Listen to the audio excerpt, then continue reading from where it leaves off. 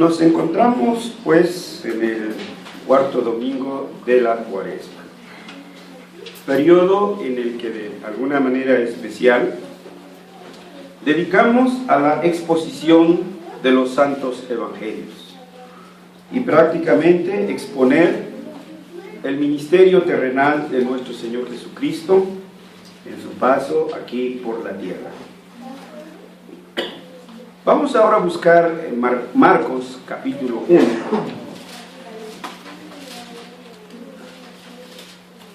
Y vamos a leer los dos versículos que nos hablan del inicio del ministerio de nuestro Señor Jesucristo. Marcos capítulo 1, versículos 14 y 15. Cuando lo tengamos listos, entonces vamos a prepararnos para leerlos todos en el unísono. Marcos, capítulo 1, versículos 14 y 15. ¿Lo leemos? Dice así todos. Después que Juan fue encarcelado, Jesús vino a Galilea predicando el evangelio del reino de Dios, diciendo: el tiempo se ha cumplido y el reino de Dios se ha acercado. Arrepentidos y creed en el evangelio. Amén. Vamos a orar. Nuestro buen Dios y Padre, te damos gracias porque nos concedes nuevamente reunidos en la comunión de los santos, alabarte, proclamar tu gloriosa majestad, proclamar tu poderoso evangelio. Pero también te damos gracias porque en tu infinita misericordia nos concedes que nosotros, tu pueblo, seamos instruidos a través de la exposición de tu palabra. Te pedimos que tu Espíritu Santo obre milagrosamente en nuestros corazones para que estos sean tocados por el poder de tu palabra, para que estos sean transformados por el poder de tu palabra y resueltos por el poder de tu palabra y el poder de tu Espíritu Santo a vivir una novedad de vida. Una vida que te agrade a ti, no a los hombres ni a nosotros mismos. Una vida que te glorifique a ti, no a los hombres sino a nosotros mismos. Que nuestra preocupación sea cumplir fielmente tu voluntad. Y que también nos concedas la oportunidad de compartir este mensaje con nuestros más allegados, nuestros parientes que están alejados, Señor, de tu camino, alejados del pacto, nuestros amigos, nuestros vecinos, que nosotros tengamos esa oportunidad de poder comentarles, proclamarles las dulzuras del Evangelio. En Jesucristo oramos. Amén. Como han visto entonces en sus programas, el tema anunciado para hoy es el Evangelio del Reino de Dios.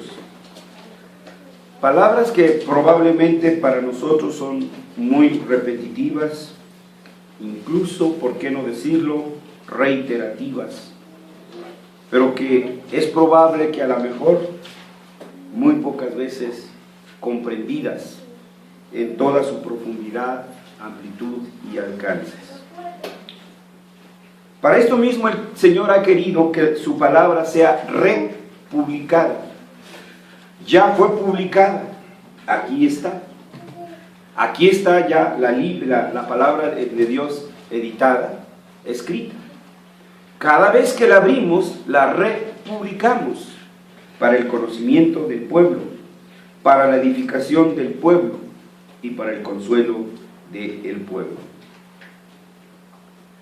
Hemos hablado ya del bautismo de Jesús. Hemos hablado también de las tentaciones de Jesús en el desierto. Y ahora en este pasaje vemos que está en un plano anterior el encarcelamiento de Juan. El versículo 14 incluso así empieza. Después que Juan fue encarcelado, vino Jesús a Galilea predicando el evangelio del reino.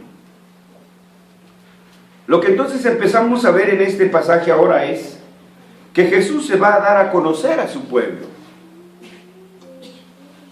Desde su nacimiento hasta ese momento, nuestro Señor había pasado desapercibido, salvo por aquellos flashazos en su nacimiento. El Evangelio nos narra cuando su viaje a Jerusalén, cuando se puso a platicar con los doctores, pero después de allí parece que la euforia por la llegada del Mesías había desaparecido. El hombre comenzaba nuevamente a vivir su vida como acostumbraba a vivirla. Pero ahora el Señor quería que su pueblo conocía que la salvación había llegado a su nación, que ese Mesías tan esperado y tan aclamado había hecho ya acto de presencia en ese lugar. Si inicialmente el maestro recomendaba: mira, ve y no lo digas a nadie, sino muéstrate al sacerdote. Lo que quería nuestro Señor es entonces que llegara ese momento en que Él entonces se haría visible ante su pueblo. ¿De qué manera lo hizo? El mismo versículo nos da la línea para entenderlo. Jesús se da a conocer a su pueblo con la predicación del Evangelio del Reino y con el mensaje del Evangelio del Reino. Vean, en estos dos versículos están concentradas estas dos ideas. Dice: después que Juan fue encarcelado, Jesús vino a Galilea. 1. Predicando el Evangelio del Reino. ¿Cómo se da a conocer nuestro Señor Jesucristo? Predicando el Evangelio del Reino de Dios. Y en el versículo 15 se manifiesta cuál era el contenido de ese Evangelio del Reino de Dios. Y son 3 frases contundentes con las que nuestro Señor se acerca a su pueblo. Le dice: el tiempo se ha cumplido. 2. El reino de Dios se ha acercado. Y 3. Hay una exhortación, hay una demanda: arrepentíos y creed en el Evangelio. Entonces en el versículo 15 encontramos el contenido de ese mensaje del Evangelio del Reino de Dios.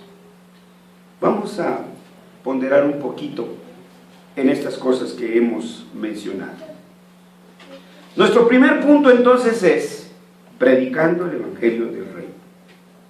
Nuestro Maestro, Señor Jesucristo, se dio a conocer a su pueblo predicando el Evangelio del Reino de Dios. Palabras que para nosotros tienen muy poco significado. Primero, porque estamos a una distancia enorme en años. Y no solo en años, sino también en kilómetros. Entre el Israel físico, el país de Palestina, como hoy algunos le llaman, y nuestra patria mexicana. Y también lejos de la cultura, de un idioma, de un lenguaje particular, entendido de una manera particular, distinta de la que nosotros conocemos y creemos. Para iniciar diríamos que cuando nosotros nos acercamos a leer las Escrituras, nos acercamos con la lente analítica del pensamiento griego. Y empezamos, como dice la palabra aná, a través, lisis, destrucción, a hacer cachitos, porque de esa manera en Occidente hemos sido educados para analizar las cosas. Por eso nosotros tenemos que pensar en estas palabras, pero desde la perspectiva judía, cómo el pueblo lo entendía, cómo el pueblo lo recibía. Si nosotros escuchamos la palabra evangelio, pues no nos dice nada. Si escuchamos la palabra reino, pues nos imaginamos Inglaterra, o nos imaginamos Holanda, o qué sé yo. Nosotros estamos llamados a entender lo que quiere Dios que entendamos de su palabra, y no lo que nosotros nos figuramos, creemos o entendemos. El Evangelio o Evangelio. El Evangelio es una palabra griega en lenguaje, pero no en origen. En pensamiento es judío y se usó como vehículo la lengua griega. Y esta palabra evangelio significa buena nueva, significa buena noticia, significa un grito de alegría. Hoy esto nosotros ya no lo podemos entender. Con el chismógrafo del internet, que le llaman Facebook, todo el mundo se entera, ¿no? Lo que usted escribe en el muro, ahí todo el mundo lo puede leer. Pero los que vivimos, bueno, no tanto tiempo atrás, pero unos añitos un poquito atrás, hermanos, recibir una carta de un pariente, de un amigo, y no se diga, hermanos, del ser amado, hace que uno brinque de alegría. Ustedes jóvenes ya no entienden eso. Que uno salte de alegría. Recuerdo mi primera carta que me llegó, 7 años. Mi padre se encontraba, como dicen en el argot militar, de partida militar, muy lejos de nosotros, tratando de cubrir una encomienda de sus superiores. Se entera que pasé con 10. Nada les quería presumir los 10, nada más sino la carta. Y una tarde de repente el cartero dice mi nombre. Una carta para mí, ¿se imaginan? Para un niño, ¿sí? Pues sí, mi papá se había tomado la molestia de enviarme una carta para decirme, hijo, te extraño, hijo, te felicito por tus calificaciones, hijo. Entonces, hermanos, fue una irrupción de saltos, de brincos y de alegría. Esto es lo que significa el Evangelio. Si usted no entiende el significado del Evangelio, no va a brincar. Se va a quedar como muchos de ustedes los veo, con caras de enojados o con caras de agruras, no sé. Pero si entendemos el impacto y el resultado del Evangelio, hermanos, seguro que nuestro corazón latirá fuerte. Quizá nos ayude una imagen del pueblo de Israel. Las tropas israelíes frente a las tropas de los filisteos. Las tropas de los filisteos bien armadas, bien pertrechadas. Las tropas de los israelíes, unos cuantos tenían escudo, unos cuantos tenían espada. Y si a esto agregamos el gigantón que tenían allí, llamado Goliat, las tropas estaban temerosas. Las tropas tenían miedo. Y nosotros sabemos el resultado. Dios usó a este joven David una honda y una pequeña piedra para derrotar el orgullo del imperio armado de los filisteos. Y cayó. La noticia se difundió por todo Israel, motivo por el cual el pueblo cantaba, gritaba y saltaba de júbilo. ¿Recuerdan? El ejército mejor pertrechado de aquel entonces, de Egipto, persiguiendo a ancianos, a mujeres, cargando con las gallinas, cargando con la masa. Y Dios les abre el mar y atraviesan el mar rojo, el pueblo escogido de Dios, y después ahoga ahí al orgulloso ejército de los egipcios. ¿Recuerdan el cántico de María? ¿Sí? De júbilo. significa evangelio, que es después de haber vivido una terrible experiencia amarga, cuando somos traídos a la conciencia de nuestro pecado, porque mientras usted se sienta limpia porque trae Chanel, o limpio porque usó jabón escudo, pues entonces no tiene ningún impacto para usted, porque ante sus propios ojos usted es la persona más pura que cualquiera que puede estar aquí. No puede sentir ese júbilo. Pero la palabra evangelio, eso significa grito de alegría, salto de alegría, porque fui liberado de algo. Yo no sé si alguno de ustedes ha tenido la experiencia de una casa hipotecada, a punto de perderla. ¿Qué les digo, hermanos? Los tarjetazos de ahora, como se estila. ¿Sí? No pasa, señor, aquí está otra. No pasa, pues otra, pues otra, pues otra. ¿Sí? Pero ¿cómo lo andan persiguiendo, no? Las llamadas. ¿Sí? Su cuenta no ha sido saldada, tiene usted 24 horas para que pase usted a pagar, o de lo contrario, híjoles, uno se queda así nervioso y luego recapacita, ay, pues si mi cuenta tengo.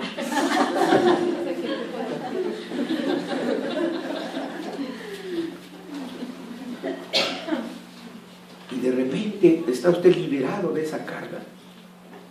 Hermano, eso de que le estén molestando con llamadas y los pagos y etcétera, y de repente está liberado, eso era lo que significaba evangelio. Júbilo por haber sido liberado de algo.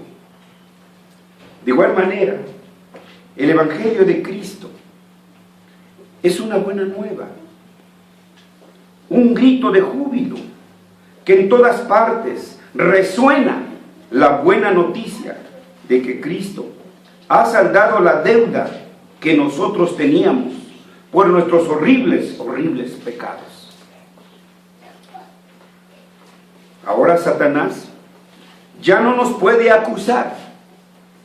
Ahora tenemos paz para con Dios. Justificados pues por la fe, tenemos paz para con Dios. Si Dios por nosotros, ¿quién contra nosotros? ¿Sí? Ahora somos hijos de Dios. Ya no somos bastardos, porque eso éramos cuando estábamos alejados de la ciudadanía de Dios. Éramos un Pancho Nopales cualquiera. Éramos un San Juan de las esquinas. Pero Dios en su misericordia, cuando abrió nuestra conciencia, cuando abrió nuestros ojos y nos hizo ver lo sucio que estábamos. Hermanos, pues vean ustedes lo que nos pasa luego cotidianamente. Comió frijolitos y no se dio cuenta. Ahí trae usted el ollejote. Y cuente chistes y jajaja. Y el ollejote de frijoles allí. Y ya la persona de enfrente no haya cómo decirle, le hace señas aquí. Y usted jajaja. Y bueno, se pasa la mano por aquí, a ver si usted se entera, ¿no? Hasta que llega al espejo y ve allí frijoles negros. Podrían haber sido varios. Hermanos, no entendemos nuestro pecado hasta que no nos vemos frente a este espejo. Mientras usted se esté mirando frente al otro, frente al demás, jamás va usted a reconocer su pecado. Pero cuando usted venga frente a este limpio espejo, usted va a ver lo horrible que es su vida, lo horrible que es su pecado.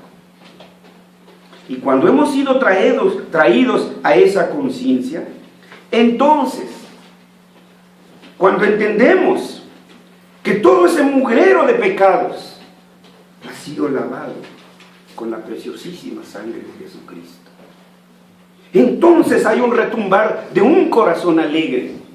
Entonces hay motivos para celebrar, hay motivos para irrumpir en alabanza. Porque entonces entendemos la misericordia de Dios y le damos gracias a Dios por tan grande e inefable salvación. Miren ustedes cómo Pablo está quejándose y apesadumbrado por su pecado. El mal que no quiero hacer, eso hago. El bien que quiero hacer, eso no hago. Miserable de mí, ¿quién podrá? Hay angustia y pesar en su corazón. ¿Y recuerdan cómo termina la frase, la idea? Gracias sean dadas a Dios por Jesucristo.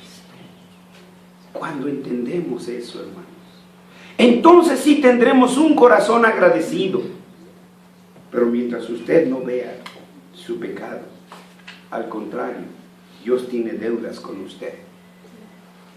Nosotros somos fáciles, rápido de autojustificarnos. Pero fulanito así, pero fulanita así, pues yo ¿por qué no? ¿Sí?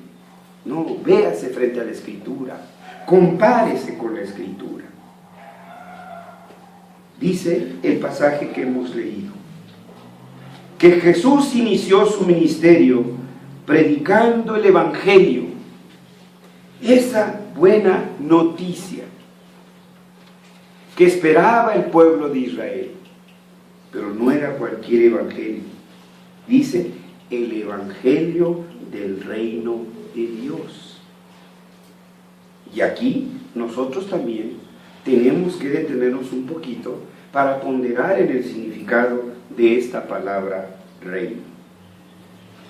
En tiempos de nuestro Señor Jesucristo, era una costumbre conocida decir los cielos. Cuando alguien se refería a Dios, por ejemplo, tomemos el pasaje del hijo pródigo, ¿lo recuerdan? El hijo que dilapidó su herencia, se quedó sin nada, hasta llegó a comer algarrobas. No sé qué son las algarrobas, hermano, para ser algo muy feo, pues si se la daban a los cerdos, ¿sí?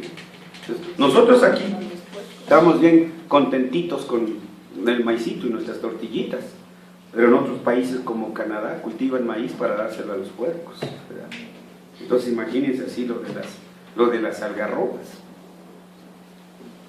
Recapacita y regresa con su padre. Y su padre nos narra el Evangelio, que todos los días salía a ver si ya llegó mi hijo. Ay, a ver si allá viene mi hija. Ay, y la mijita ya viene. Campante, ¿no? Y la mamá tronándose los dedos. ¿Y dónde estará mi hija? ¿Y dónde estará mi hijo, no?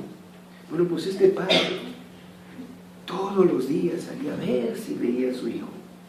Hasta que uno de esos tantos días vio allá a lo lejos a su hijo que venía. Y cuando el hijo se acerca a su padre, le dice: Padre, he pecado contra el cielo y contra ti. Lo que el hijo pródigo quiere decir: he pecado contra Dios y contra ti. ¿Por qué viene esto? Porque en los evangelios vamos a encontrar que en unas partes dice el evangelio del reino y en otras partes dice el reino de los, perdón, en una parte dice el reino de Dios y en otras partes dice el reino de los cielos. Son sinónimos, significan lo mismo. Reino de Dios que reino de los cielos. No es un reino allá en las nubecitas, lejitos por allá, ¿sí? Que parecen copitos de algodón, que usted se puede sentar y con sus galletitas y su queso Filadelfia. No, hermano. El reino de Dios está aquí. Es aquí. El origen de ese reino es divino. Es de Dios. ¿Sí?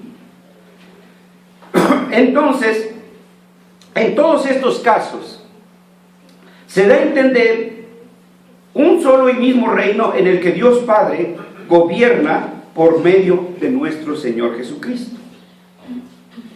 Toda autoridad me ha sido dada, tanto en el cielo como en la tierra. Cristo no solo es rey del Mesías, la iglesia, la IP, el Mesías. Cristo es rey, aún de esos incircuncisos, filisteos, hijos de Caín. Él sigue gobernando sobre de ellos. Y como dice Calvino, aunque rechinando los dientes, hacen la voluntad de Dios. Pero con respecto al reino de Dios, no debemos pensar que se trata solamente del gobierno de un rey sobre un pequeño territorio. Ejemplo, Vaticano. Mi ruñita de tierra así, ¿no? Pero ya es un estado. O imaginarnos que el gobierno de Dios es solamente tiene efecto sobre los cristianos y que sus leyes y mandamientos no están obligados a guardarlos todos aquellos que no creen en Dios. No crean que porque son ateos no van a ser demandados de los mandamientos de Dios. Ellos y nosotros seremos demandados del cumplimiento fiel y exacto de los mandamientos de Dios. Hablar del reino de Dios significa el dominio que Dios tiene sobre la totalidad del cosmos, sobre la totalidad de los hombres y sobre la totalidad de todo lo que hacen los hombres. ¿Qué creemos? ¿Que Dios está ciego? ¿Que no nos ve lo que hacemos?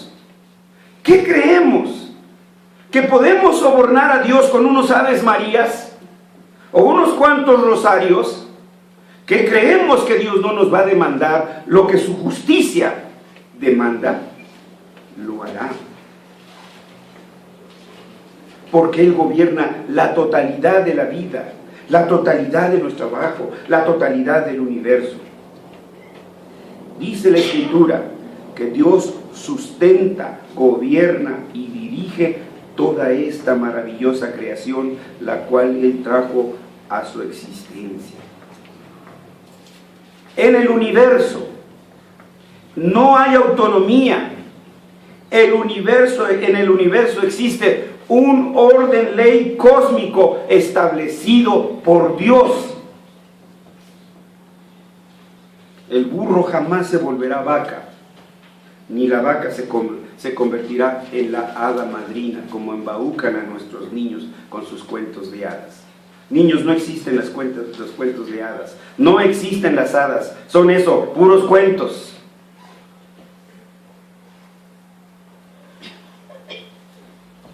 Dios, entonces, hablar del reino de Dios es hablar del dominio total del Señor, de absolutamente todo, y que por tanto daremos cuenta de ello. Estas son las dos palabras con las que Jesús introduce su ministerio: el Evangelio y el reino. Ahora el versículo 15 nos describe cuál era el contenido de ese Evangelio del reino de Dios. Ahora nótese lo que predicaba Jesús. No predicaba: ay, pobrecito de ti, Cristo te ama. ¿Sí? Ay, no, sí nos ama, por supuesto. Pero primero está la denuncia del pecado, la demanda del arrepentimiento. Y entonces Jesús se acerca y dice: el tiempo se ha cumplido. 1. 2. El reino de Dios se ha acercado. Y 3. Arrepentíos y creed en el Evangelio. ¿Qué quiere decir cuando dice el tiempo se ha cumplido? Maldita será la tierra por tu causa. Cardos y espinos te dará. Comerás con el sudor de tu frente. Y a la mujer le dice: tendrás tus hijos con dolores y estarás sujeta a tu marido. Él se enseñoreará de ti. El pecado entonces hizo que el hombre fuera soberbio y aún tratara de someter a su mismo prójimo. El pecado nos ha hecho cínicos, porque nosotros no pecamos. Hay una cosita que hacemos, no tiene mayor, no. Eso nos hace ya cínicos. Y ustedes recordarán que uno de los hijos de Caín, ¿sí?, Primero llegó con dos chancludas. No, todavía no usaban zapatos, ¿verdad? Llegó con dos mujeres, ¿sí? Ahí estaba la primera. Y luego, así se llena la bocota. Si mi ancestro, por uno, dice, no, pues yo por dos. Es decir, él mató uno, yo mataré dos. Así es el hombre. Cuando se va alejando de Dios, se va volviendo un cínico. Ya no entiende lo que es pecado. Sí, así soy, ¿y qué? A ese grado llegamos, hermanos. Pero pronto vamos sintiendo cada vez, hermanos. Dice Calvino en sus instituciones, cuando hace mención de esto. Pero eso lo dicen de dientes para afuera.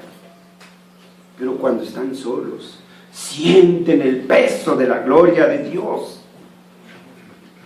Yo no sé si todos han tenido esa experiencia, pero yo sí la viví. Cuando yo me decía ateo, cuando yo creía que era ateo, según yo, refutaba a Sutano, refutaba a Perengano, y yo siempre salía ganando. Me decía mi mamá, tú siempre quieres ganar aunque tu gallo sea jolino. Nunca he entendido qué es un gallo jolino, pero eso sí me decía, me gustaba ganar. Pero algo que yo nunca les decía, es que cuando estaba en la soledad de mi recámara, cuando estaba solo, de repente me asaltaba allí algo. Bueno, era el Señor de seguro que trabajaba en mi corazón. ¿Y si este cristianito tuviera la razón? Ay, ¿y qué tal si es cierto eso de Cristo? Híjole. Pero pues eso nomás era un ratito. Al rato, pues volvía yo otra vez a lo mismo. Como el borrachito. Cuando está bien tomado, ya quiero cambiar, ya. Mañana, esta es la última. ¿Sí? Y al otro día otra vez, pues nomás una para celebrar. Y en la noche otra vez su promesa. O algo que me pasaba como pastor. Llegaba con un borrachito y, pastor, yo ya quiero cambiar, yo ya quiero... Pues yo que le iba a hablar en ese momento del Evangelio. No, hombre, mañana cuando estés bien vengo y hablamos. Sí, mañana aquí lo espero.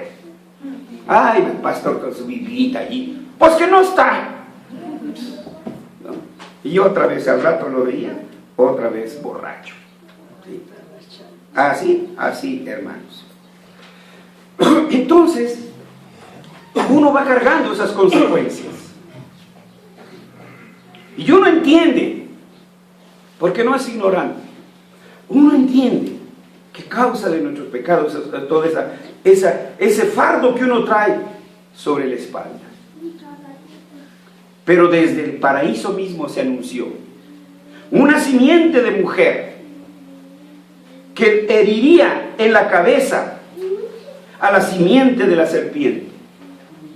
Y los patriarcas lo anunciaron y lo esperaron. ¿Con qué esperanza entonces? ¿Por qué Abraham no aceptó el regalo? Ahí está la cueva, entierra tu muerta. Y Abraham dijo, no, dámela por precio, porque él esperaba esa bendita resurrección de las promesas del Señor. ¿Por qué José, cuando murió, dio instrucciones precisas? Cuando nuestro Dios los haga volver a nuestra tierra, lleven mis huesos.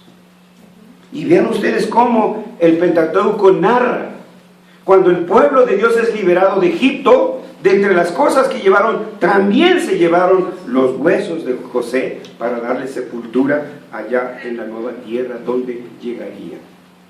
Era una promesa anunciada, era la esperanza de los patriarcas, era el anuncio de los profetas, Jeremías, Isaías, el pueblo que andaba en tinieblas. Consolaos, consolaos. Hermosos son los pies de los que anuncian el Evangelio, una y otra vez trayendo estas esperanzas. Y el pueblo no veía cuánto. Problema tras problema. Pero ahí estaba la promesa. Pues entonces Jesús les dice, el tiempo se ha cumplido. Dios cumple en exactitud sus promesas. Ni las adelanta, ni las atrasa. ¿Sí? No las atrasa administrativamente el sueldo de los maestros o el sueldo de los trabajadores de una delegación por trámites burocráticos. Oiga, pues hasta da miedo cambiarse de una oficina a otra o de ponerse en situación de retiro si sabe que hasta el año del caldo le van a pagar. Yo no entiendo por qué tenga que pasar todo eso. No. Pero Dios tampoco da adelantitos. ¿Sí? Las cosas suceden en su tiempo. Los desesperados somos nosotros, hermanos. Los que quisiéramos es ya, pero es que a mí me gusta que las cosas me las hagan así. Sí, mijito, pero tú no tienes el mundo a tus pies. Lo que de ti depende, hazlo. Lo demás, bueno, pues Dios los moverá. Pues entonces, también el papá de los hijos que dieron después las 12 tribus, les dijo que descenderían a Egipto, pero dice, estarán 400 años allá, y después Dios se acordará de su pacto, y los sacará de acá. Y Dios se acordó de su pacto, y llamó a Moisés, y sacó a su pueblo de allí, pues ahora el tiempo se había cumplido. El segundo dice, el reino de Dios se ha acercado. Ya está aquí. No busques más. No olvidemos que en la carne Cristo es el descendiente de David, que David era el rey de Israel, y que entonces Cristo, de la descendencia de esa carne, era el rey. Lo que Cristo le estaba diciendo a los judíos es, tu rey ha llegado. Y junto con el rey, su reino. ¿Sí? Junto con el rey, su reino. ¿A qué reino se refería? Pues algunos dicen, a un reino espiritual allá, a un reino en el que pues cuando tú te mueras vas a llegar allá. No, el reino es aquí, here now, aquí, ahora. El reino está aquí y Dios sigue gobernando. Que no lo veamos es por nuestra incredulidad o es también por la bajeza de nuestros pecados. El reino ya quedó establecido con la llegada del reino. Satanás no tiene el poder sobre los cristianos. Por eso decimos que es una blasfemia contra el Espíritu Santo decir que un cristiano es poseído por un diablo y que lo vamos a exorcizar. Si tal cosa se puede hacer, entonces alguien miente. El Evangelio, alguien miente. ¿Sí? El Espíritu Santo entonces no es Dios, porque cualquier chango marango lo puede echar afuera. No. La promesa es que cuando creemos en Cristo, Dios viene a vivir en nosotros, hace habitáculo en nosotros a través de su Espíritu Santo. Por eso entonces podemos decir, si Dios con nosotros, ¿quién contra nosotros? Y Pablo nos recuerda una y otra vez, ¿o ignoráis que no sois vuestros?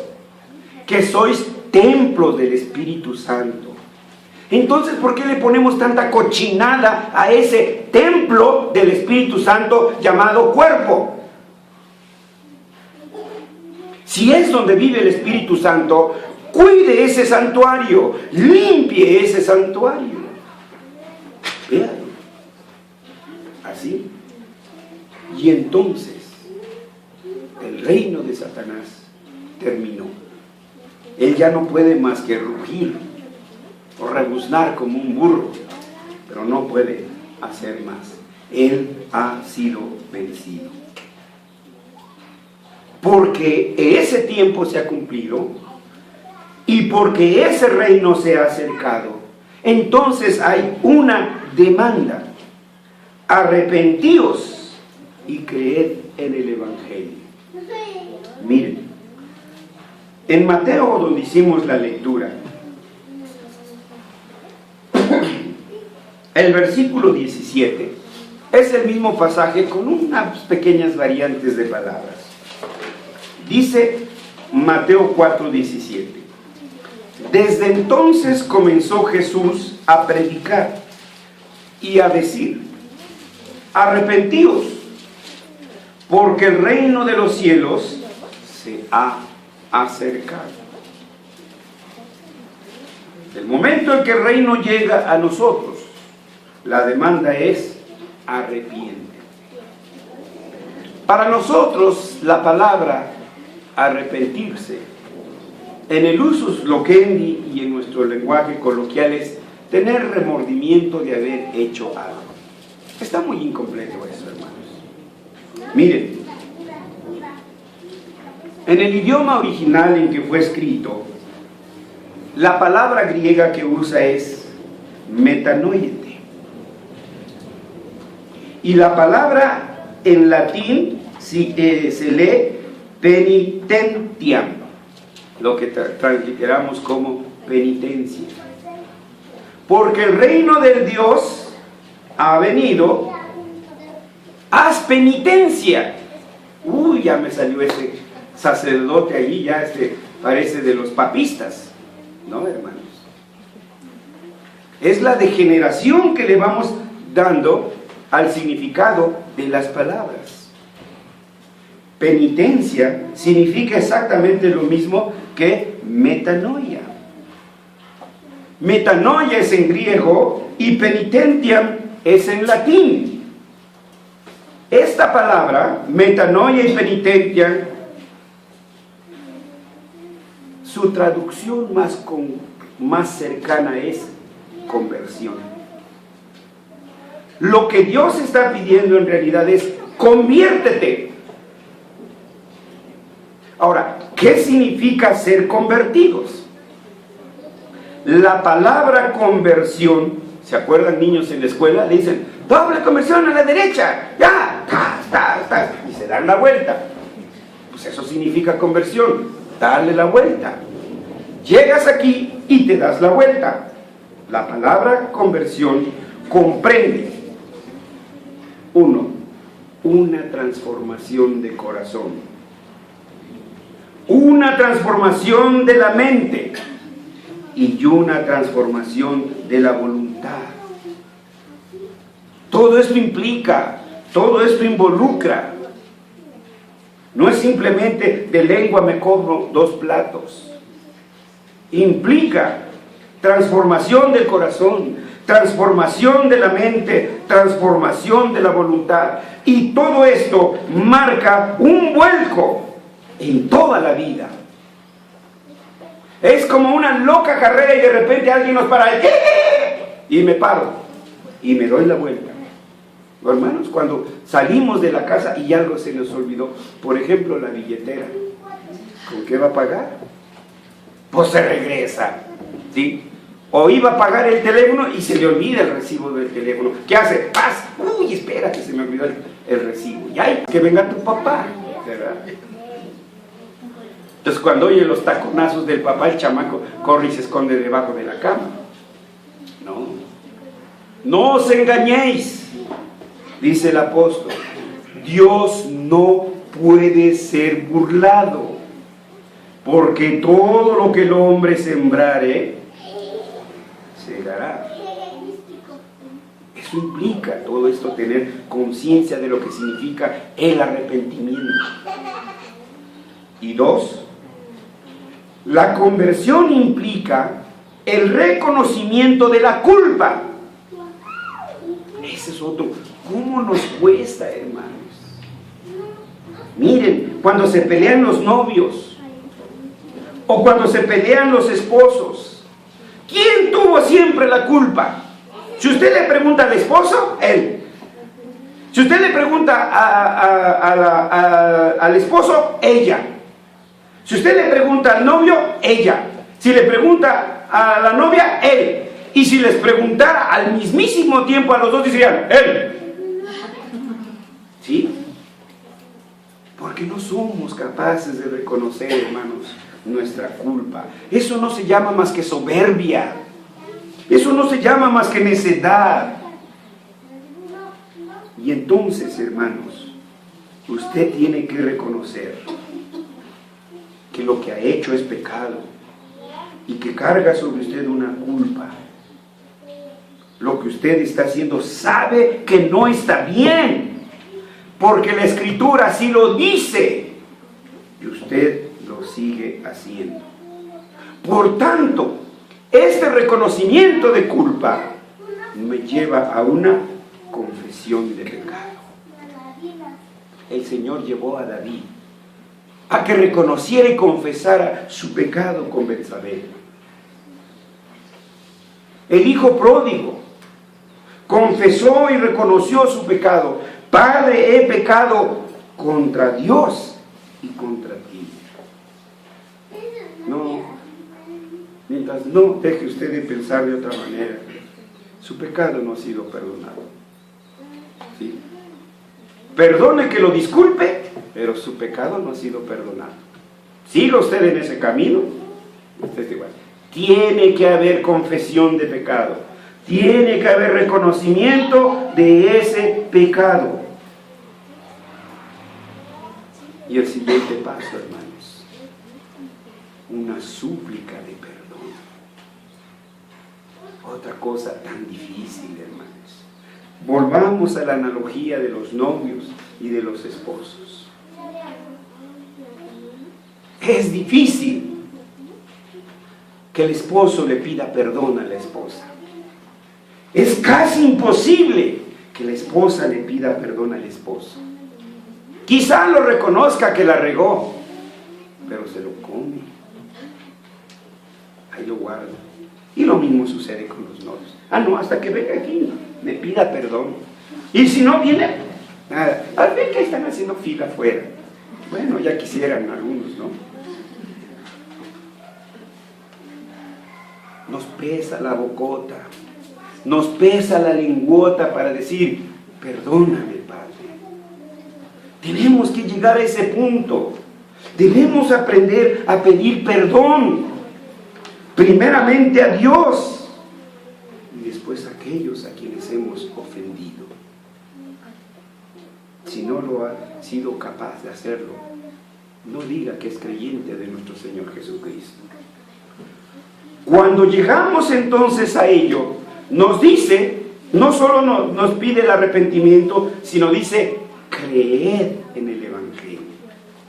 Ahora el Señor ya nos ha llevado a la conciencia de nuestro pecado. Ahora, ¿qué debemos de hacer? Le llevaban a Jesús luego a los enfermos. Ellos esperaban que los tocara con la manita y ya, ¡pum!, todo venía así, como por un acto de magia. Un hermano nos comentaba que llevaba películas allá por Guerrero y las proyectaba en la pared y luego pasaban unas viejitas y allí la imagen de Jesús así. Salían todas tiznadas. Hermanos, dice, creed en el Evangelio. En otras palabras, cuando estos llevaban a los enfermos, Cristo solo les decía una palabra: tened fe. Y ya, tened fe. Punto. Cuando le llevan a ese enfermo hasta en una hamaca, pensaban que Cristo le iba a hacer exorcismo o no sé qué cosa. Y Jesús solamente le dice, vete, tus pecados te han sido perdonados. ¿Cómo? Los mismos fariseos, ¿cómo está eso? ¿Sí? Hermanos, la fe es un conocimiento de la verdad. Si usted no conoce la verdad, no puede tener fe. La fe es un asentimiento de la verdad. Es decir, le ponen la verdad enfrente y usted la acepta como verdad. Porque a alguien le pueden poner allí la verdad y todavía seguir allí. Pues no, y no, y no. Los hay. No, hermanos, la palabra necio es un piropo a este tipo de personas. Pero en su etimología original, necius, de latín, significa ignorante. Eso significa. Y actuamos eso como ignorantes. La fe es un conocimiento de la verdad, un asentimiento de la verdad y una confianza en la verdad. Cristo dijo: yo soy el camino, la verdad y la vida. La única verdad es Dios. La única verdad es su evangelio. Ya deje de luchar con su empedernido corazón. ¿O está usted tranquilo así? Yo digo que ha de ser algo terrible vivir con esa conciencia, hermanos. No. Ya nos ha sido presentada la verdad. Ya conocemos la verdad. Ahora, ¿cuál es esa confianza en la verdad? Padre, he pecado contra el cielo y contra ti. ¿Se acuerdan del padre que no le podían curar a su hijo? Los discípulos le hacían esto y le hacían lo otro y nada. Se lo traen a Jesús y le pregunta al padre: ¿crees que lo puedo hacer? Y el padre atribulado responde y dice: sí, creo, pero ayuda a mi incredulidad. ¿Qué quiere decir? ¿Hazme más incrédulo? No. Ayúdame a abandonar esa incredulidad. Hermanos, no hay vuelta de hoja. Fe significa que ahora que conoces la verdad, que ahora que aceptas esa verdad, confíes en lo que se te promete. La malvada mujer, la que no dejaba ni uno para compadre, con todo se había metido, y que le iban a apedrear, Jesús simplemente se acercó: vete y no peques más. Eso fue todo lo que hizo. ¿Qué hizo? Aceptó el perdón que Cristo le ofrecía. Acepte ese perdón que hoy Dios le está ofreciendo. Porque no diga que no ha pecado, porque usted sabe que esa es una blasfemia, que el apóstol Juan dice que aquel que dice que no ha pecado hace a Dios mentiroso y la verdad no está en él. Yo creo que el problema no es aquí en reconocer nuestro pecado, sino en creer, con solo decir: sí, he sido perdonado. Pues sí, acepte el perdón que Dios le ofrece en Cristo. Diga: Padre, he pecado contra ti. Acepto el perdón que en Cristo me ofrece. Cristo, yo te acepto en la totalidad de mi vida como mi Rey y Señor. Si así lo hacemos, el reino de Dios se ha acercado a nuestras vidas. Vamos a orar.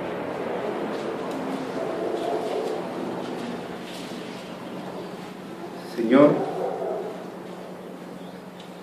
nuestros padres, nuestros abuelos, por años hemos estado aquí oyendo tu santo y poderoso evangelio. Señor, y en tantas veces hemos olvidado, Señor, la realidad de ese pecado. Señor, nuestros pecados llevaron a la cruz a nuestro Señor Jesucristo. Nuestros pecados, Señor, han impedido las bendiciones que tú tienes para tu pueblo. Señor, hemos sido necios. Hemos creado nuestros propios estándares de moral. Hemos creado nuestros propios principios religiosos. Hemos hecho nuestros propios códigos de justicia. Perdónanos por esa blasfemia.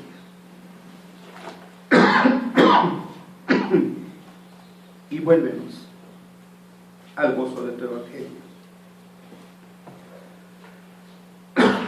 Aquí y ahora,